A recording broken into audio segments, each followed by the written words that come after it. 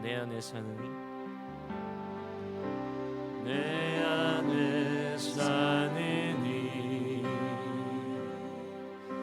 예수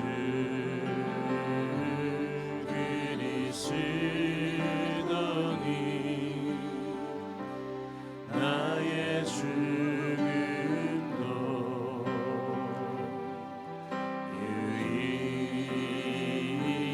유익하다. 내 안에 사느니 내 안에 사느니 예수 그리스도니 나의 죽음도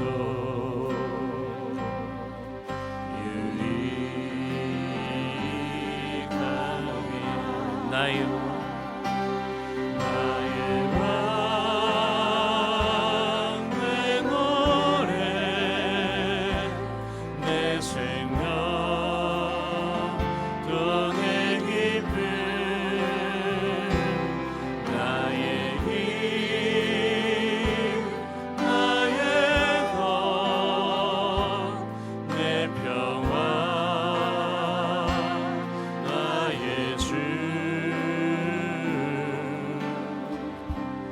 내 안에 사느니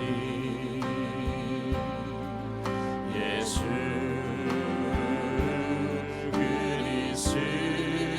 그리스도니 나의 죽음도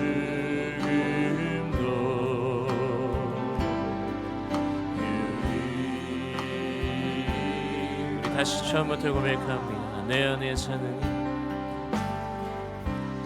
내 안에 사느니 예수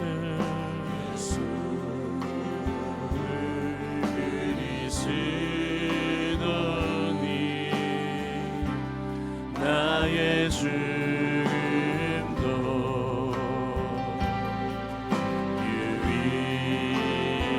유익한 아멘. 나의 왕래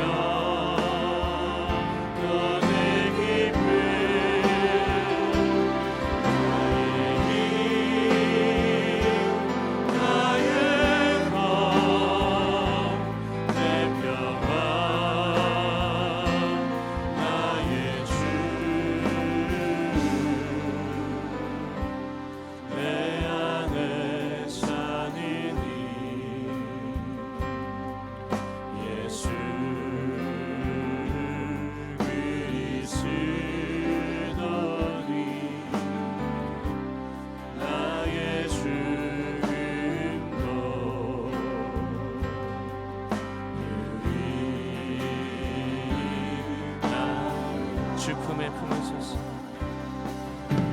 주 품에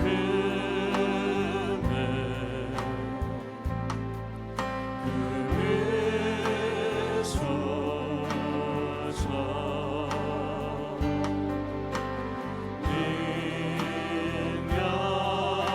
능력에 발로 덮으소서.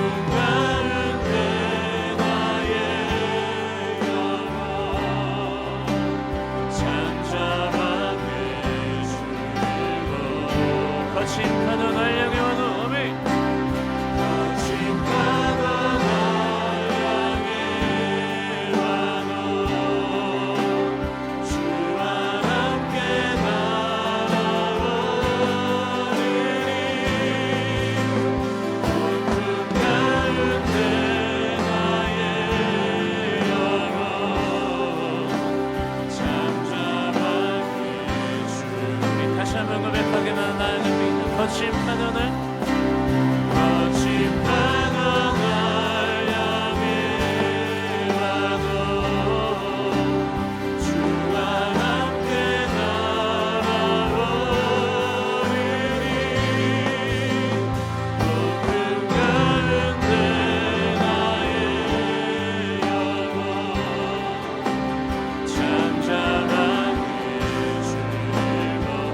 내가 믿고 또 의지하는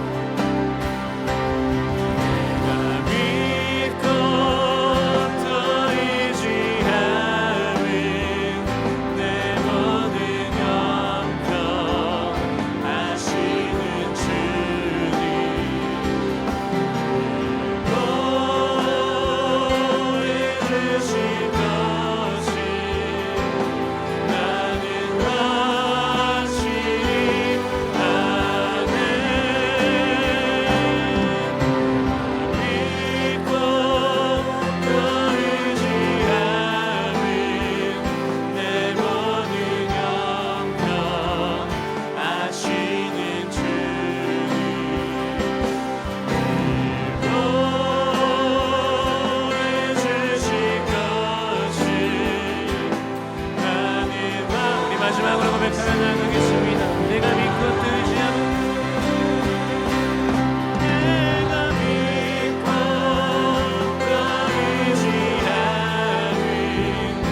내 모든 영평하시는 주님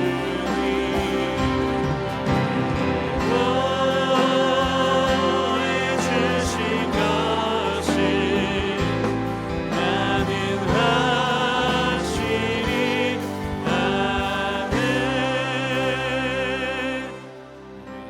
나는 드려지는 예배를 위해서 기도함으로 나아갑니다. 성령의 임재가 충만한 시간이 될 수 있도록 주님 함께해 주시옵시고 말씀 전해주실 담임 목사님께 힘과 지혜와 능력을 더하셔서 생명의 말씀이 이 시간 울려 퍼질 수 있도록 주님 함께해 주시옵소서. 우리 드려지는 예배를 위해서 주님의 이름 한번 부르짖고 기도함으로 나아갑니다. 주여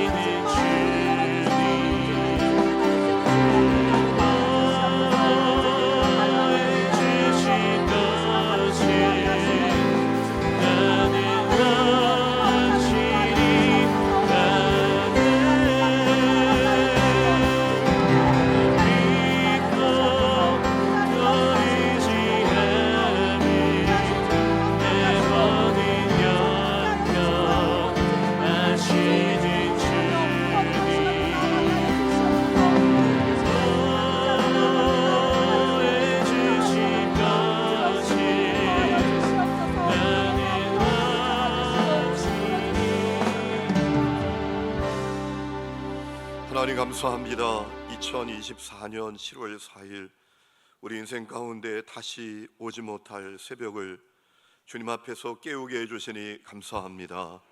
오늘도 사모하는 마음으로 주님을 바라보는 사람들에게 큰 은혜를 허락하여 주옵소서. 기도하다가 살아계신 하나님 만나게 하여 주옵소서. 우리의 신앙이 관념, 교리, 지식 덩어리가 아니라 능력이라고 고백하는 놀라운 역사가 기도를 통하여 일어나게 하여 주옵소서.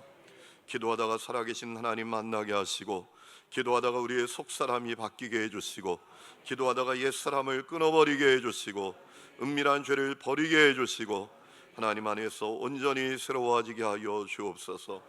기도하다가 육신의 질병이 치유되고 마음의 모든 절망과 눌림과 모든 묶임이 풀어지고 하나님의 놀라운 살아계신 역사를 보게 하여 주시옵소서. 하나님, 온갖 참으로 너무나 안타까운 사고가 넘쳐나는 이때에 우리 교회 성도들을 불쌍히 여기시고 지켜 주옵소서. 보호하여 주옵소서. 우리가 열심히 산다고, 최선을 다해서 산다고 안전을 보장받을 수 없는 이 시대에 오직 가난한 마음으로 주를 바라볼 때에 주님이 지켜주시고 주님이 보호하시고 하나님 합력하여 선을 이루시는 주님의 역사를 보게 하여 주옵소서. 오늘도 성도들의 가정을 축복합니다. 가족 복음화가 속히 이루어지기를 원합니다. 방황하는 우리의 자녀들, 예배하지 못하는 자녀들이 하나님 일어나 예배하게 하여 주옵소서. 우리 부모님들, 형제 자매들 다 예수님 만나게 하시고 구원받게 하여 주옵소서. 오늘도 성도들의 사업장을 축복합니다. 축복의 통로로 쓰임받게 하옵소서. 그 직장을 기름 부어 주셔서 우리 성도들이 각 직장에서 요셉처럼 손드는 일들마다 잘 되는 역사가 있게 해 주옵소서. 기도의 제목과 함께 드리는 헌금을 받으시고 주님의 놀라운 일하심을 드러내 주옵소서. 예수님의 이름으로 기도했습니다. 아멘.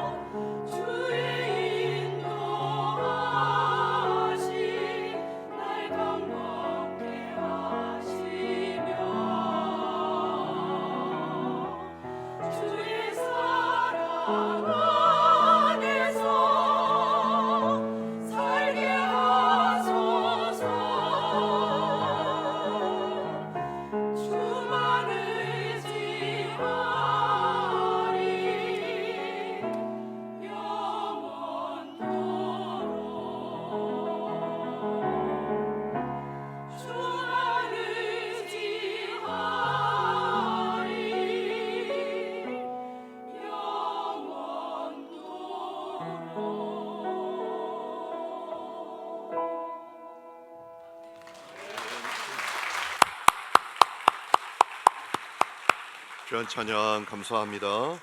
주님께서 기쁨으로 받으신 것을 믿습니다. 우리 장례성가 팀들 수고가 많으시죠. 어떨 때는 막 새벽 4시에 가서 조가를 해야 될 때도 있는데 잘 섬겨주셔서 감사합니다. 오늘 우리에게 주시는 하나님의 말씀 로마서 15장 14절부터 21절까지 보겠습니다. 로마서 15장 14절부터 21절까지 보겠습니다. 우리 한 절씩 읽겠습니다. 내 형제들아 너희가 스스로 선함이 가득하고 모든 지식이 차서 능히 서로 권하는 자임을 나도 확신하노라.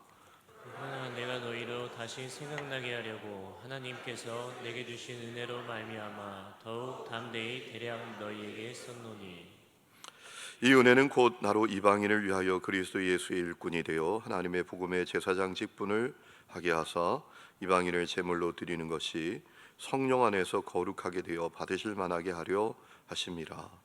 그러므로 내가 그리스도 예수 안에서 하나님의 일에 대하여 자랑하는 것이 있거니와 그리스도께서 이방인들을 순종하게 하기 위하여 나를 통하여 역사하신 것 외에는 내가 감히 말하지 아니하노라.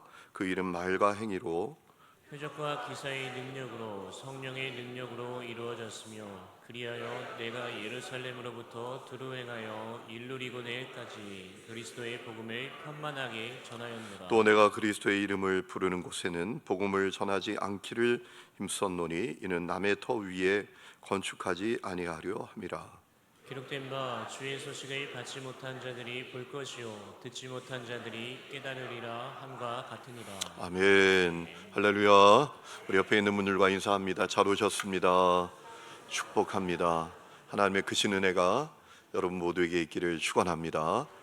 우리 이제 이틀 남았습니다. 최선을 다하시고 우리 마지막 날은 여러분이 기도의 기간 동안 감사했던 제목, 또 응답받았던 제목, 또 여러분에게 중요한 기도 제목을 다 여기 적어서 우리가 함께 다 하나님께 감사 헌금을 드리면 좋겠습니다. 제가 이렇게 헌금을 드리면 재정부에 넘기기 전에 늘 제목을 보면서 기도하는데 특징이 있어요. 늘 드리는 분들만 드립니다.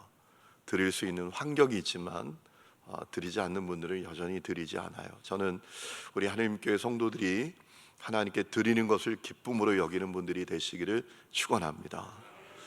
목사님 왜 저러나, 또 새벽부터 헌금 얘기 왜 하나, 이렇게 생각하지 마세요. 여러분 사랑하면 자꾸 주고 싶은 거예요. 그렇죠? 주님을 사랑하면 드리고 싶은 것은 자연스러운 거예요. 제가 헌금 얘기한 것이 아니라 사랑 얘기한 거예요. 여러분 잘 한번 생각해 보세요.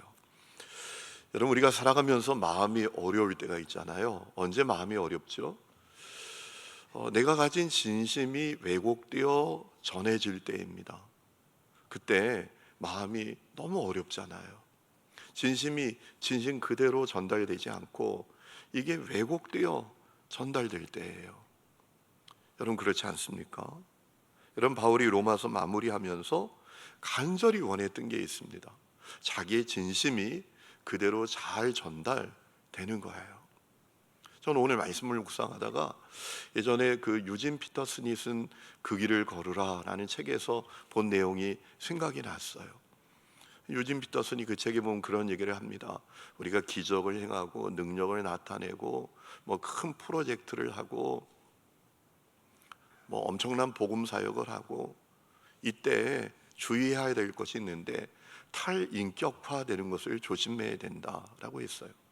무슨 얘기인가 하면 우리가 아무리 대단한 일을 할지라도 거기에 사랑과 긍휼과 존중하는 마음이 없으면 그건 아무것도 아니다라는 겁니다.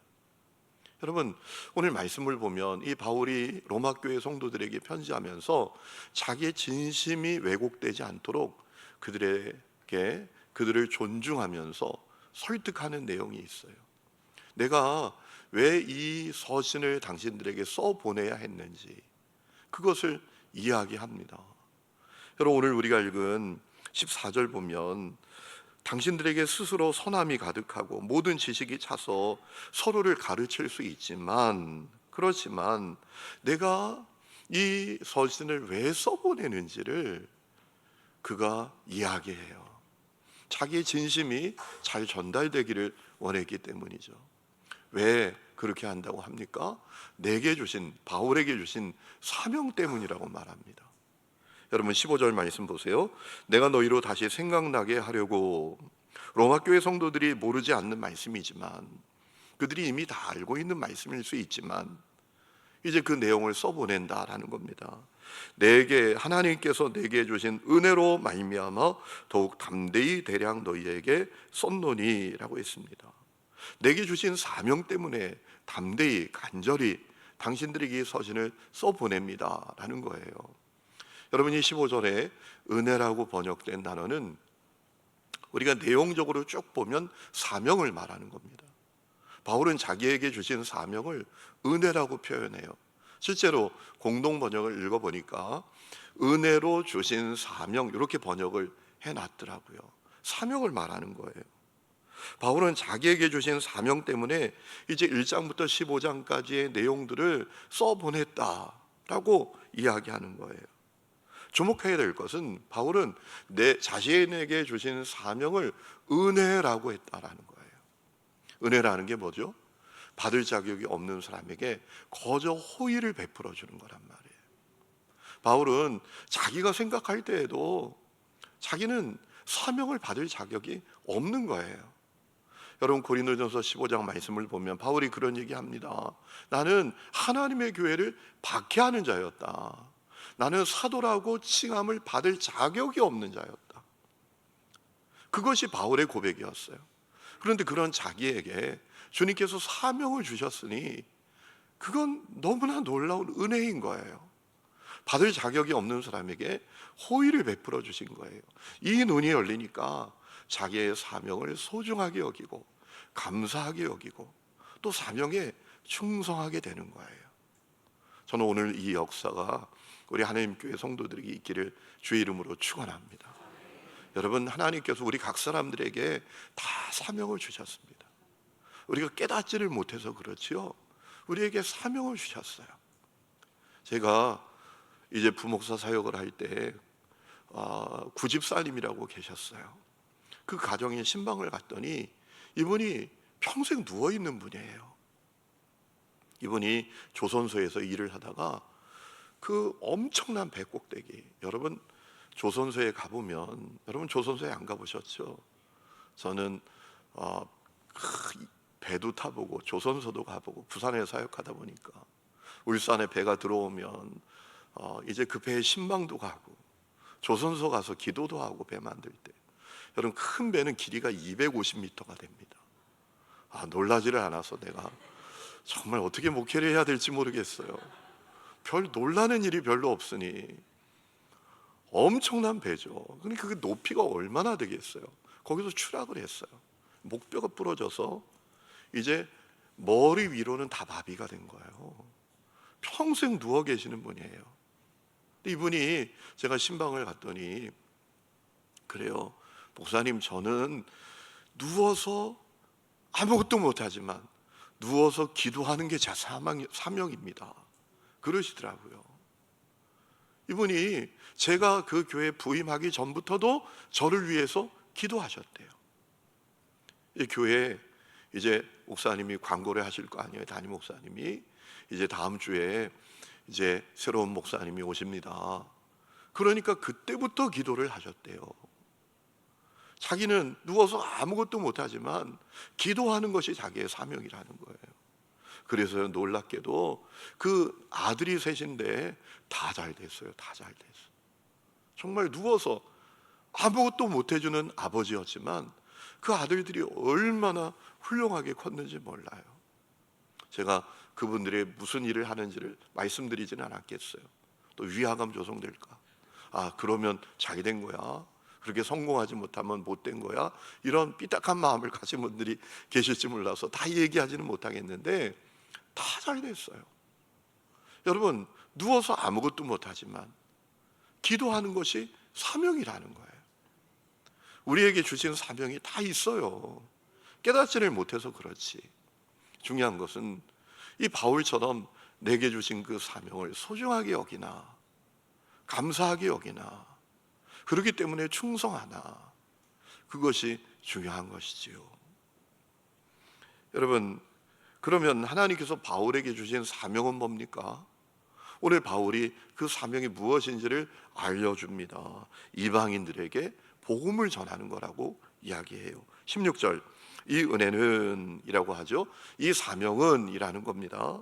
사명이 무엇인지를 얘기하죠. 곧 나로 이방인을 위하여 그리스도 예수의 일꾼이 되어 하나님의 복음의 제사장 직분을 하게 하사 이방인을 제물로 드리는 것이 성령 안에서 거룩하게 되어 받으실 만하게 하려 하심이라 라고 했습니다. 자기에게 주신 사명이 뭐냐? 이방인에게 복음을 전해서 그들이 하나님께 드려지는 거룩한 산 제물이 되도록 하는 것, 그것이 자기에게 주신 사명이라고 얘기해요. 이방인에게 복음을 전하는 것. 그래서 그들 각 사람들이 전적으로 타락했던 그들이 하나님께 드려지는 거룩한 산 제물이 되도록 하는 것이 내게 주신 사명이다 라고 말하는 거죠. 여러분, 주목해야 될 것은 바울이 자기의 사명을 복음의 제사장 직분이라고 소개했다라는 거예요. 여러분, 16절 가운데 보면 하나님의 복음의 제사장 직분을 하게 하사라고 했지 않습니까? 여러분, 왜 그렇게 표현한 걸까요? 전도자는 하나님과 전적으로 타락한 사람을 중재하고 연결하고 화해시키는 역할이라는 사실을 이 바울이 알았기 때문입니다. 그래서 사실 복음을 전하는 사람들의 발이 가장 아름다운 발인 거예요. 여러분, 전적으로 타락한 사람에게 가장 시급한 일이 뭡니까? 그가 하나님께 연결되는 거예요. 하나님과 화목하게 돼 있는 거예요. 여러분, 전적으로 타락해 있는 사람들은 다 하나님의 진노 아래 있는 사람들이에요. 그래서 제가 여러분에게 계속해서 가족 복음화해야 된다라고 말씀을 드리는 거예요.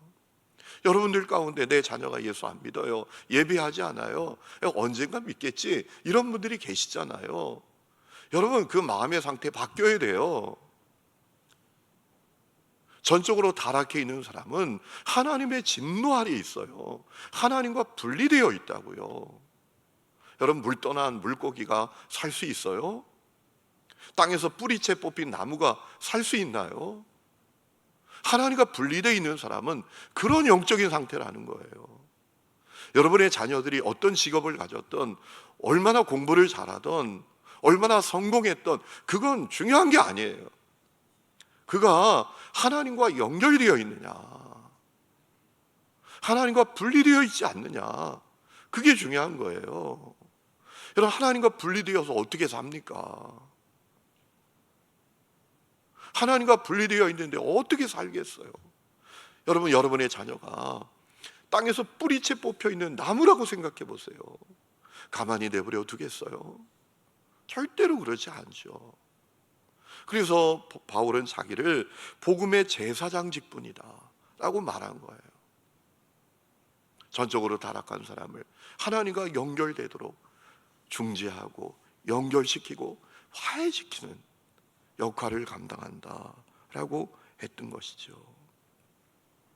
여러분, 우리가 기억해야 될 것은 바울은 자기에게 주신 사명을 분명히 알고 있었다는 겁니다. 여러분, 사명을 아는 자가 복이 있는 자입니다. 사명을 모르면 갈대처럼 살아요. 한 번뿐이 그 소중한 인생을 허비하면서 살아요. 갈대처럼 여기 흔들리고 저기 흔들리고 세상 풍조에 휘둘리다가 결국 끝나게 돼요. 제가 한번 말씀드렸잖아요. 어떤 사람이 평생 뭘 위해서 살았나? 내가 화장실 위해서 살았구나. 아니, 집에 화장실도 없는 그런 어려운 동네에서 살았어요. 공동 화장실이 있는 동네. 그런데 어느 집에 갔더니 세상에 집에 화장실이 있네요. 야, 이런 게 있는 거야? 악착같이 일합니다. 그래서 집에 있는 화장실을, 그 집을 샀어요. 어느 집에 또 갔더니 세상에 집 안에 화장실이 있어요. 야, 이런 게 있는 거야? 그래서 또 집 안에 화장실이 있는 집 살려고 악착같이 일해서 돈을 모으고 집 안에 화장실이 있는 집을 샀어요. 그리고 또 어느 집에 갔더니 세상에, 아니, 집 안에 화장실이 2개나 있는 거예요. 야, 이런 세상이 있는 거야. 그래서 집 안에 화장실 2이 있는 그 집을 사기 위해서 악착같이 살았어요. 그래서 그런 집을 샀어요. 그리고 어느 날 머리를 빗기 위해서 거울을 보는데 백발의 노인이 돼 있더라는 거예요. 아, 내가 뭐 위해서 살았나? 평생 화장실 넓히다가 살았구나, 내가. 여러분, 사명을 모르면 그렇게 사는 거예요. 사명을 모르면 세상 풍조에 흔들리면서 갈대처럼 살아가는 겁니다. 어떠세요? 여러분은 사명을 아십니까? 교회 안에 세 종류의 사람들이 있어요. 첫 번째, 내게 주신 사명이 뭔지를 알지도 못하는 사람이에요. 사명이 도대체 뭐야? 이런 수준에 머물러 있는 사람이 있어요. 두 번째 사람은 사명은 알아요. 주님께서 내게 사명을 주시는 것 같아요. 그래서 부담이 되는 거예요.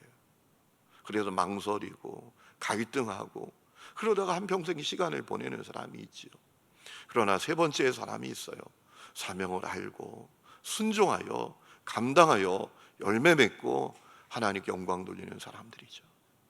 저는 우리 하나님교회 성도들이 사명을 알고 열매 맺는 분들이 되시기를 축원합니다. 자, 그런데 여러분 16절 말씀에서 또 놓치지 말아야 될 것이 있는데요. 바울은 이방인이 하나님께서 받으시는 거룩한 산 제물 되는 것이 성령께서 행하시는 것이다 라는 것을 알고 있었다라는 겁니다. 자, 16절에 이런 말씀이 있어요. 이방인을 제물로 드리는 것이 성령 안에서 거룩하게 되어라고 했습니다. 아멘입니다. 여러분, 이방인에게 복음을 전하는 것, 그가 변화되는 것, 구원받는 것, 그가 영적으로 성장하는 것, 그거 바울이 하는 게 아니라 성령님이 하시는 거다. 성령께서 행하시는 역사다 라는 사실을 바울은 기억하고 있었다라는 거예요. 여러분, 사람이 예수님 만나는 것, 변화되는 것, 그거 오직 성령의 역사인 것을 믿으시기 바랍니다. 성령의 역사가 아니면 사람 바뀌지 않아요. 여러분, 교회 안에도 평생 신앙생활에도 가치가 달라지지 않고 말이 달라지지 않고 인격이 달라지지 않고 마음의 씀씀이가 달라지지 않는 분들이 있잖아요. 그 마음이 간장종지만한 그 마음에서 전혀 변화없는 그런 분들이 계시잖아요. 왜 그렇죠? 성령의 역사가 없기 때문에 그래요. 성령의 역사가 있어야 돼요. 바울은 복음이 전해지는 거, 사람들이 구원받는 거, 변화되는 거, 그거 성령 안에서 이루어지는 거다. 성령의 역사로 이루어지는 거다. 이 분명한 깨달음이 있었던 거예요. 제가 어느 의사 선생님 간증을 이렇게 들었는데요. 그분이 참 훌륭한 분이에요. 좋은 의대 나오고 공부도 많이 했는데 저 시골에서 병원을 열고 그 병원을 하시는 분이에요. 진짜 대단하더라고요. 근데 그 이유가 있어요. 이가 예수님을 만났어요. 그 의대 다닐 때 동아리에 있는데 동아리 선배가 어느 날 자기를 억지로 끌고 어느 집회에 데려갔대요. 진짜 죽을 맛이었대요. 내가 왜 여기를 가야 돼? 그런데 뭐 하늘 같은 선배니까 따라갔대요. 뭐 크지도 않은 교회. 지금 생각해 보니까 부흥회를 했더래요. 억지로 거기 가서 앉아 있다가 말씀을 듣는데 성령님이 자기에게 역사하신 거예요. 내가 죄인이구나. 내가 죄인이구나. 이 사실이 확 믿어지더라요. 그냥 믿어지는 거예요. 그러면서 예수님의 십자가 사건도 나를 위한 사건이다. 이 성경도 다 하나님의 말씀이다. 이게 다 믿어지더라는 거예요. 여러분, 이게 사람의 역사입니까? 그가 그런 얘기를 합니다. 누군가 나에게 왜 예수님 믿냐고, 어떻게 예수님 믿게 됐냐고 말하면 자기는 딱히 할 말이 없대요. 내가 한 게 없으니까. 억지로 끌려서 집회 가서 앉아 있는데 성령께서, 지금 생각해 보니까 성령께서 역사하신 거란 말이에요. 그저 그렇게 눈물이 나더래요. 작은 교회고 몇 사람 되지 않으니까 서로 이렇게 다 보는데 그 집회 시작부터 끝까지 자기가 그냥 철철 눈물을 흘리니까 자기를 끌고 간 선배도 얘가 왜 이러지? 그러더라는 거예요. 여러분, 성령의 역사로만 사람이 변화되는 거예요. 여러분, 오늘 이 은혜가 여러분에게 있기를 주의 이름으로 축원합니다. 그뿐만 아니라 18절 말씀을 보니까 바울은 그래서 자기가 이방인을 위해서 복음 사역을 하는데 그것이 내가 하는 것이 아니라고 말해요. 성령님이 하시는 것이다. 주님이 하시는 거다. 자기는 주님의 일꾼일 뿐이다. 주님의 심부름꾼일 뿐이다 라고 말해요. 여러분 18절 보세요. 그리스도께서 이방인들을 순종하게 하기 위하여 나를 통하여 역사하신 것 외에는 내가 감히 말하지 아니하노라 라고 했어요. 무슨 얘기입니까? 이방인들이 하나님께 순종하고 그들이 구원받도록 하신 것은 주님이 하신 거다라는 거예요. 자기는 그냥 도구에 불과, 막대기에 불과했다라는 거예요. 일꾼에 불과했다라는 것입니다. 다 주님이 하신 일이다. 여러분, 바울은 사역을 할 때에도 누가 주인이시냐, 누가 주관하시냐, 누가 일하시냐, 이것을 절대로 놓치지 않았어요. 그래서 철저하게 겸손하며 그 사역을 감당했던 것이지요. 여러분, 오늘 우리는 어떻습니까? 우리는 누가 주인인지 아십니까? 누가 주관자인지 압니까? 여러분, 주님이 주관하시는 분이십니다. 주님이 행하시는 것입니다. 성령께서 행하시는 것입니다. 이 사실을 알면 늘 겸손할 수밖에 없는 거죠. 여러분, 우리에게 늘 되어줘야 될 고백이 있습니다. 따라합시다. 주님이 하셨습니다. 주님이 하셨습니다. 주님이 하셨습니다. 내가 했다고 생각하니까 자꾸 목에 힘들어가고 큰 소리 내는 거고, 주님이 하신 거예요. 자, 그렇기 때문에 바울이 아주 중요한 이야기를 또 하는데요, 주님이 주인 되시고 주관하시고 성령께서 하셨기 때문에 자기가 그 사명을 감당할 때 놀라운 역사가 있었다라는 겁니다. 18절 말씀 보면 그 일은 말과 행위로, 19절 표적과 기사의 능력으로, 성령의 능력으로 이루어졌으며 라고 했습니다. 여러분, 말과 행위뿐만 아니라 성령님이 역사하시고 주님이 하시니까 표적이 늘어나고 상상할 수 없는 기적의 사건이 일어나고 성령님의 능력이 드러나는 사건이 일어났다라는 거예요. 자기의 경험과 한계와 이성을 뛰어넘는 그 주님의 놀라운 역사가 자기의 사역 가운데 드러났다라는 겁니다. 그래서 바울은 그저 충성되게 사명을 감당했다라고 증언하잖아요. 19절 그리하여 내가 예루살렘으로부터 두루 행하여 일루리곤까지 그리스도의 복음을 편만하게 전하였노라 라고 했어요. 일루리곤은 어딜까요? 여러분, 일루리곤이 어딘지 아세요? 발칸 반도를 말합니다. 여러분, 예루살렘까지 이 발칸 반도, 예루살렘에서 발칸 반도에까지의 거리가 얼마나 먼지, 제가 계산을 보니까 2000km가 넘어요. 여러분, 예루살렘부터 저 발칸 반도까지 바울이 복음을 전했다라는 것, 편만하게 그 지역에 복음이 가득해지도록 복음을 전했다. 여러분, 이건 사람이 할 수 없는 거잖아요. 성령님이 하시니까, 주님이 하시니까 놀라운 역사가 일어났다라고 생각할 수 있는 거죠. 성령님이 하시니까 산도 넘을 수 있고 강도 건널 수 있고 사람의 한계와 능력을 뛰어넘은 놀라운 역사를 행할 수 있게 되었다라는 겁니다. 여러분, 저는 우리 하나님 교회 성도들이 이런 역사를 경험하는 분들이 되시기를 축원합니다. 자, 그러면서 또 하나를 얘기해요. 자기는 순수하게 사명을 감당했다라는 겁니다. 복음이 전해지지 않은 곳에만 복음을 전했다라는 거예요. 20절 또 내가 그리스도의 이름을 부르는 곳에는 복음을 전하지 않기를 힘썼노니 이는 남의 터 위에 건축하지 아니하려 함이라. 그러면서 이사야 52장의 말씀을 인용합니다. 21절이죠. 기록된 바 주의 소식을 받지 못한 자들이 볼 것이고 듣지 못한 자들이 깨닫으리라 라는 말씀을 인용해요. 여러분, 오늘 이 말씀은 오늘 우리가 어떻게 복음을 전해야 될지를 가르쳐주고 있어요. 우리 주위에 불신자들에게 복음을 전해야 된다는 겁니다. 여러분, 우리 주위에 그저 교회를 막연하게 알고 있는 사람들, 십자가의 복음을 한 번도 들어보지 못한 사람들이 얼마나 많은지 몰라요. 그들에게 복음을 전해야 된다는 겁니다. 남의 교인 데려올 생각하지 말고. 참, 목사님들 가운데도 이상한 목사님들이 있어요. 남의 교인 빼가려고, 남의 교인 데려가려고. 너무나 어리석은 거예요. 바울은 순수하게 복음을 전했다. 남의 터 위에 집을 건축하지 않았다. 복음이 전해지지 않은 곳에 복음이 전해지도록 최선을 다했다라고 이야기해요. 자기가 어떤 마음으로 이 로마서를 써내려갔는지를 이야기하려고 하는 거죠. 난 순수한 마음으로. 여러분, 오늘도 여러분에게 그 은혜가 있기를 축원합니다. 불신자에게 복음을 전하시기를 축원합니다. 우리 주위에 수많은 불신자들이 있어요. 그들에게 복음을 전해야 돼요. 자, 오늘 말씀을 마치려고 해요. 여러분, 오늘 말씀을 이렇게 묵상하면서 저에게 분명히 들었던 마음은, 야, 한 사람의 영향력이 얼마나 놀랍냐라는 거예요.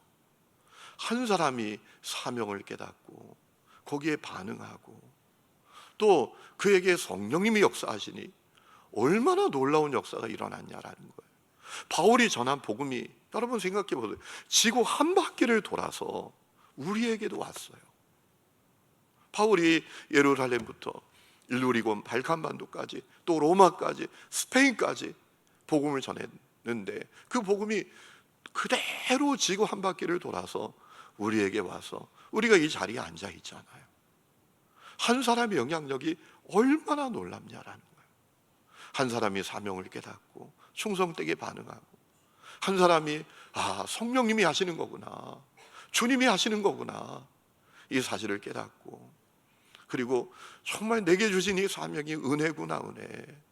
받을 자격이 없는 나, 도무지 이 사명을 받을 자격도 없고 조건도 안 되는 나에게 이 사명을 주셨구나. 그때 겸손한 마음을 가지고 순종했을 때 얼마나 놀라운 역사가 일어났는지, 한 사람의 영향력에 대해서 우리가 이 말씀을 통해서 놀라운 교훈을 얻게 돼요. 여러분, 저는 우리 하나님교회 성도들이 그 한 사람이 될 수 있기를 축원합니다. 한 사람의 영향력이 놀랍습니다. 바울 한 사람을 통해서 내가 구원받게 되었습니다.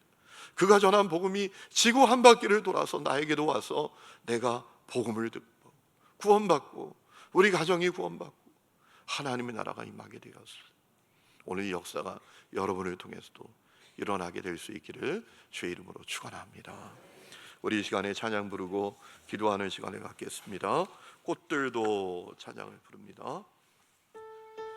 우리 찬양을 부를 때 바울의 마음을 좀 생각하면서 찬양하면 좋을 것 같아요. 여러분, 바울이 꿈을 꾸지 않았겠습니까? 예루살렘까지, 발칸반도까지 가면서 그 땅에 하나님의 나라가 편만해지는 그 희망과 꿈을 가지고 수많은 믿음의 사람들이 일어나는 그 꿈을 가지고 그가 걸어가지 않았겠습니까? 여러분, 바울은 자기를 통해서 이렇게 엄청난 역사가 있으리라고는 상상도 못했을 거예요. 나를 통해서, 아니 복음이 지구 한 바퀴를 돌아서 저 조선이란 나라까지 가서 복음이 전해지고, 정말 너무나 안타깝게 거지처럼 살던 그 나라가 이렇게 정말 놀라운 나라가 될 거라 바울은 상상도 못했을 거예요. 그런데 여러분, 하나님 그 역사를 이루셨잖아요. 우리가 그런 꿈을 꾸면서 이 찬양을 주님께 올려드리겠습니다.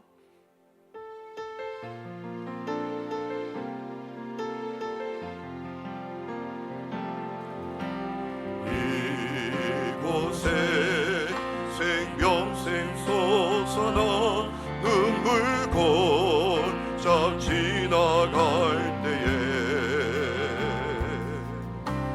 머자나 열매 맺히고 웃음소리 넘쳐나리라.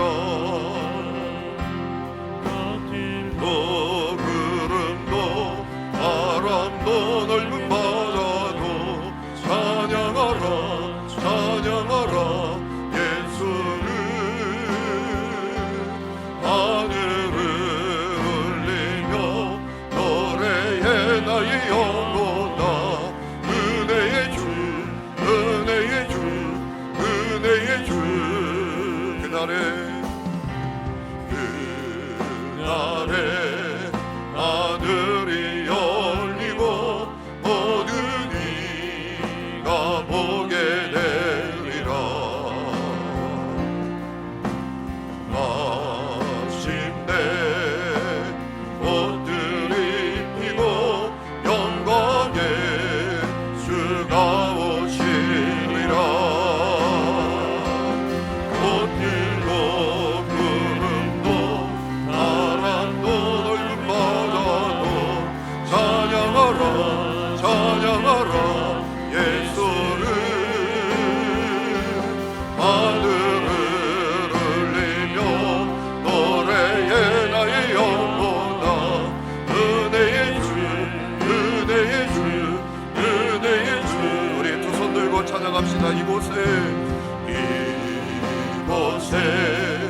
생명샘 솟아나 눈물 골짝 지나갈 때에 너잖아 열매 맺히고 웃음소리 넘쳐나리라네 꽃들도 구름도 바람도 넓은 바다도 찬양하라 찬양하라 예수를 하늘을 울리며 노래에 나의 영혼아 은혜의 주 은혜의 주 은혜의 주 꽃들도 구름도 바람도 넓은 바다도 찬양하라 찬양하라 예수를 하늘을 울리며 노래에 나의 영혼아 은혜의 주 은혜의 주 은혜의 꽃들도 구름도 구름도 바람도 넓은 바다도 찬양하라 찬양하라 예수를